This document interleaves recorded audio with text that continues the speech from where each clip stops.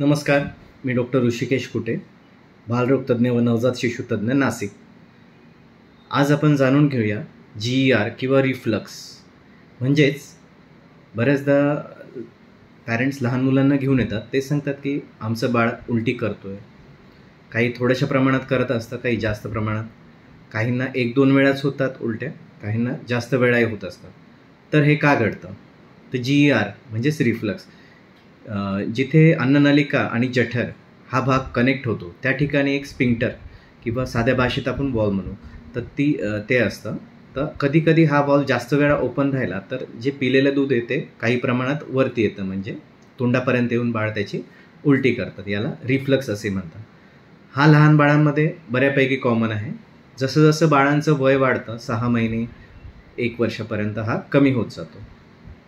पण काही बाळांमध्ये हा जास्त त्रासदायक पण ठरू शकतो.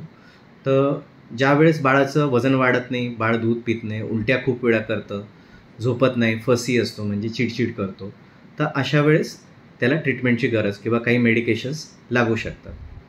तसेच रिफ्लक्स जेव्हा हा त्रासदायक ठरतो किंवा असे कॉम्प्लिकेशन्स दाखवतो त्याला GERD म्हणतो, म्हणजे गॅस्ट्रोइसोफेजियल रिफ्लक्स डिसीज असे आपण म्हणतो.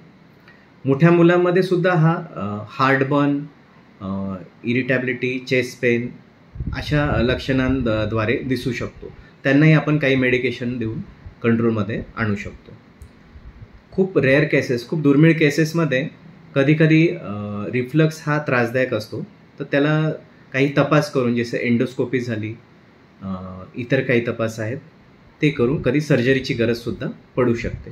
तर जेव्हा केव्हा तुमचे बाळ खूप जास्त प्रमाणात उलटी करत असेल, नक्कीच तुमच्या बालरोगतज्ञांना तुम्ही दाखवा. धन्यवाद.